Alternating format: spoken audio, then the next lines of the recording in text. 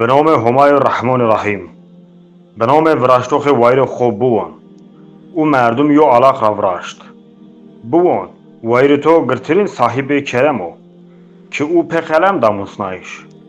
مردمر نیزونایش داموسنایش. نه راشتید مردم هار بنو. سمونت خوزافینایش را. بگومان آگرایش وایر خوراو.